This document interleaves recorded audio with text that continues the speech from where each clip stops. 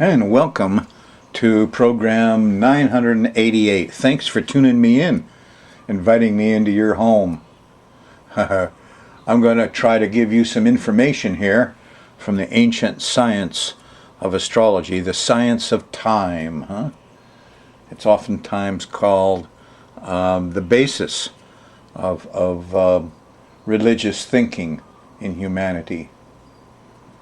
Anyway, we're going to cover the second week in November, and we're getting up close to the new moon on the 11th of November, 11/11. It happens at 7:48 a.m. It's at 19 degrees of Scorpio, and by and large would be a pretty nice new moon because it makes a really close sextile to Jupiter, so most of the world will be laughing and enjoying this new moon.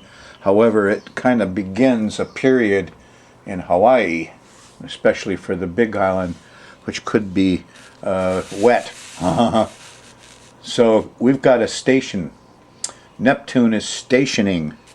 Yes, it's stopping in the sky. 3 steps forward, 1 step back. 3 steps forward, 1 step back. That's how the planets move. They don't really move backwards. It's because of the relative motion of the Earth going around the sun, and these planets are out there going around the sun. Anyway, what's important is it's dead in the sky. It doesn't move forward or backwards on the 18th of November. Now, Neptune has to do with water, and you've seen a lot of action already.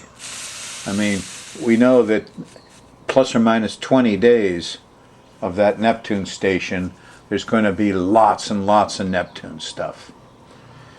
Interesting thing, there's another full moon on the 25th of November that squares Neptune, and Neptune's going to get double, triple irritating. None of which bodes very well for the Big Island, unfortunately. We're getting the crosshairs. You've been seeing floods and mudslides all over, haven't you? Woo, poor South Carolina. But it's everywhere now.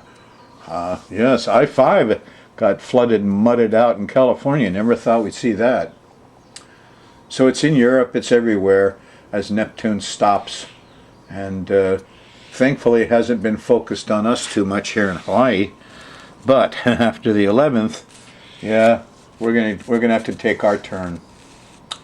Well, I made you a nice chart here. There's the Earth in the center. The Sun is moving from 14 degrees to 24 degrees of Scorpio. Now when it starts, it sextiles Pluto. It's very nice. It gives you a feeling of power. You'll feel it tomorrow. If you're on a thirsty show, you know, Friday is when the Sun's at 14 degrees. And so you'll feel powerful. You go investigate stuff. It's great. It goes on. 4 days afterwards, the Sun sextiles Jupiter, and there's, aha, now I see it clearly. So you're smack in the middle of a good period to investigate, find out more, and expect some of that Jupiter enlightenment. Lightning bolts of truth. Yeah, that's the... So what we're going to do is we're going to run the moon around the edge of this planetary pattern. Now, that Pluto is still squaring Uranus. And now we have Saturn squaring Neptune. This is going to go on for a while. And next year we're going to find that Saturn squaring Neptune results in some limitations on water and probably some rationing of water. And what do? If the electricity, you know, they can shut off your power for a few hours a day and save electricity. What do they do with water? Can they shut off your water for a few hours to save water? I don't know. We're going to see. We'll see what happens. Now, we're going to run the moon around the edge of this planetary pattern. And oh, looky there. There's Mars and Venus. And they're together. As you start this week, here's Mars at 26 Virgo and Venus at 28 Virgo. They're only 2 degrees apart. And that's going to warm up old Venus quite a lot. To have Mars there close to her And lo and behold, when you run the moon around the edge of the planetary pattern, making angles to these bodies, that gives us the mood of the times. And when you look at Friday, wow, pretty good day, the 6th of November. Starts at breakfast time. The moon goes by Jupiter. Wow, that's neat. Yeah. So, a lot of optimism. Lightning bolts of truth. Lightning. Thunder. Aha, now I see it clear. You're going to wake up Friday and you're going to feel optimism. That's what Jupiter does. Gives you optimism. But here's the real goodies too. Here's Venus and Mars. Now, the moon hits Mars first, around dinner time or a little bit after. And so you're going to feel that energy, that zap, the lustiness of Romeo. And then later in the evening, a couple hours later, there's Venus. Oh yeah, let's relax. Bedtime. Fun, sweet sex. Oh boy. So Venus, going to be nice. You're going to see Romeo and Juliet out there. And Friday night's a good night for a date. Saturday morning, the moon goes by early. This is 2 o'clock, 3 o'clock in the morning. Goes by the north node. And we all feel kind of nurtured. And we feel like nurturing. It's not a bad Saturday morning. Huh? The moon going into Libra, though. And so up ahead there's going to be some problems. Before you get to the problem period in Libra, here's a nice sextile to Saturn. This is in the middle of the afternoon, Saturday the 7th, and you're likely to get yourself very well organized here. So good day Saturday, huh? Continues right through. Get to Sunday, it starts getting herky-jerky and shaky. Oh my goodness. Here's the old Uranus-Pluto square. Starts with the square to Pluto. You feel a little panicky. Eek, a bug! Even small stuff. You'll get that little startle reflex will come out. Now this is probably before lunch in most locations, between breakfast and lunch.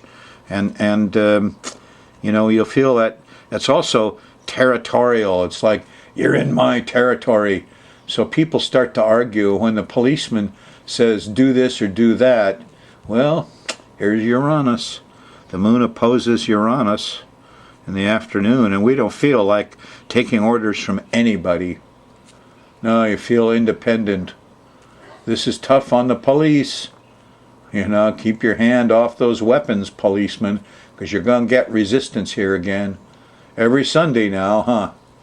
It's going to work its way back into Saturday and back into Friday over the next couple months. But we're kind of getting used to this Uranus-Pluto square, huh? Been here quite a while.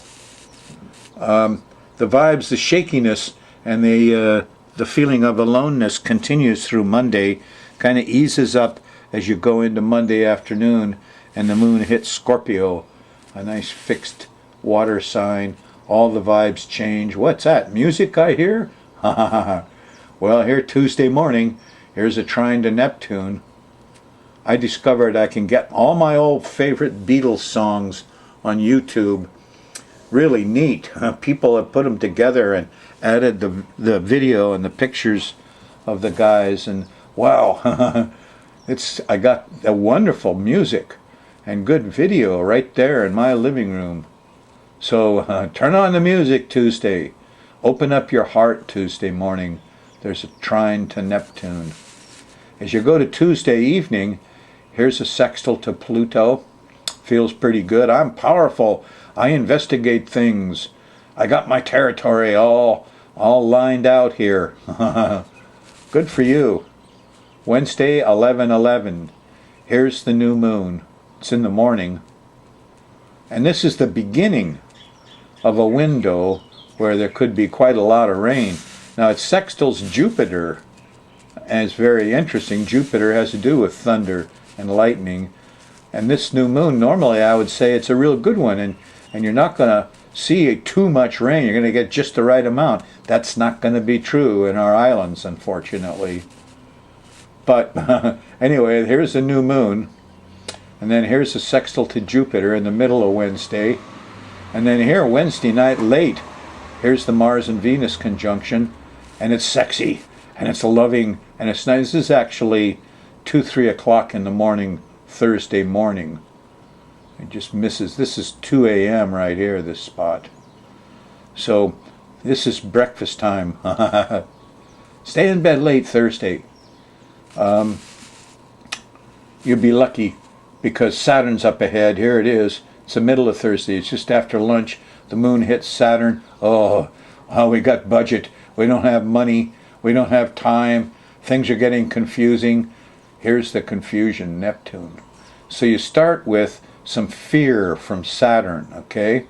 And that's Thursday afternoon. And then in the evening, here just after dinner, here's the square to Neptune. Confusion, delusion. We spilled it. The water's going. Where's that water going? Okay.